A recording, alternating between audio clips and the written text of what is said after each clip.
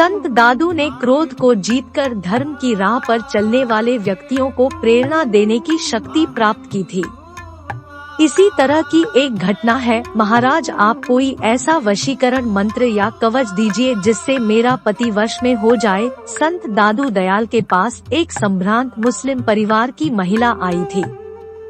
दादू ने कहा, बेटी मैं कोई तंत्र मंत्र नहीं जानता, ईश्वर का विश्वास ही मेरी सबसे बड़ी शक्ति है।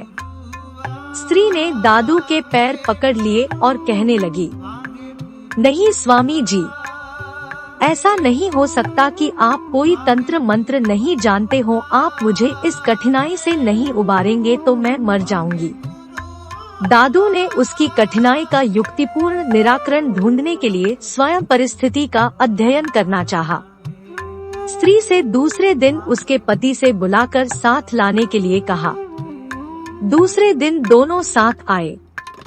दादू ने स्थिति का अंदाजा लेने के लिए आदमी से कुछ प्रश्न पूछे। पता लगा कि स्त्री पति के कुल से गरीब घर की है।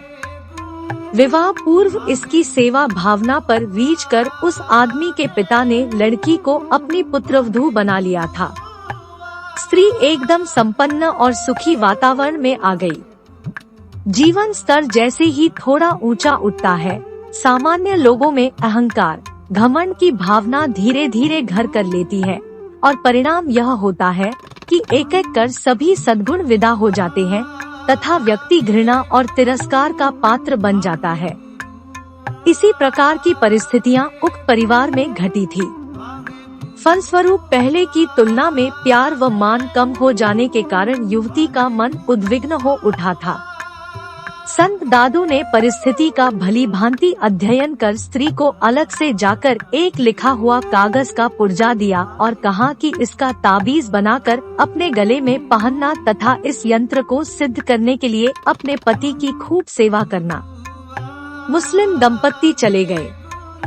यंत्र की साधना के लिए स्त्री अपने पति की खूब सेवा करने लगी और अंततः वह प्रसन्न हो गया। वह भी अपनी पत्नी को पूर्ववत प्रेम करने लगा। स्त्री अपनी सेवा निष्ठा के कारण पहले से भी ज्यादा घर के लोगों की प्रेम भाजन हो गई। दादू दयाल का यंत्र अपना चमत्कारी प्रभाव दिखा गया। एक दिन बातचीत में स्त्री ने उस यंत्र और साधना की चर्चा अपने पति से कर दी। पुरुष ने कौतूहलवश यंत्र खोलकर देखना चाहा तो स्त्री ने मना कर दिया और कहा कि उस संत को यथेष्ट दक्षिणा दिए बगैर ताबीज गले से नहीं उतारूंगी। दक्षिणा की व्यवस्था की गई। अपने नौकरों और रिश्तेदारों के साथ सब लोग दादू दयाल के पास पहुँचे। संत तो एक क्षण यह जुलूस देखकर अचंभित रह गए और स्त्री ने उनका प्रयोग सिद्ध हो जाने की बात बताई तो सारी बात समझ गए। यहाँ संत ने सोचा कि लोग इस प्रकार ताबीजों और यंत्रों के चक्कर में फंस जाएंगे तो जो बात अपना प्रभाव करती है उस सेवा साधना की उपेक्षा होने लगेगी। इसलिए सब बातें स्पष्ट कह देना ही उचित समझा। दादू ने कहा, उस यंत्र में कोई खास बात नहीं लिखी। मैंने तो तुमसे जो कहा था वही शब्द उस पुर्जे में भी लिखे हैं। इतना कहकर संत ने ताबीज में से कागज का पुर्जा खोलकर पढ़ा। सेवा साधना से भगवान भी वश में हो जाते हैं। वस्तुतः किसी तंत्र व मंत्र के पीछे मनुष्य की अपनी संकल्प शक्ति काम करती है। यहाँ भी उस स्त्री के मन की शक्ति ही काम कर रही थी। वह समझ रही थी कि ताबीज की सामर्थ्य से यह सब हुआ है।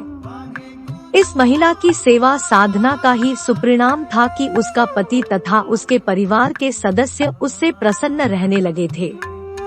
सही अर्थों में यह सेवा साधना ही व्यक्ति की लोकप्रियता का आधार होता है। दोस्तों, हमें इस वीडियो से सीख मिलती है कि जीवन स्तर जैसे ही थोड़ा ऊंचा उठता है, सामान्य लोगों में अहंकार, घमंड की भावना धीरे धीरे घर कर लेती है और परिणाम यह होता है कि एक एक कर सभी सद्गुण विदा हो जाते हैं तथा व्यक्ति घृणा और तिरस्कार का पात्र बन जाता है। इसलिए गीता में भगवान श्री कृष्ण ने कहा है कि आदमी को हमेशा संभाव में रहना चाहिए।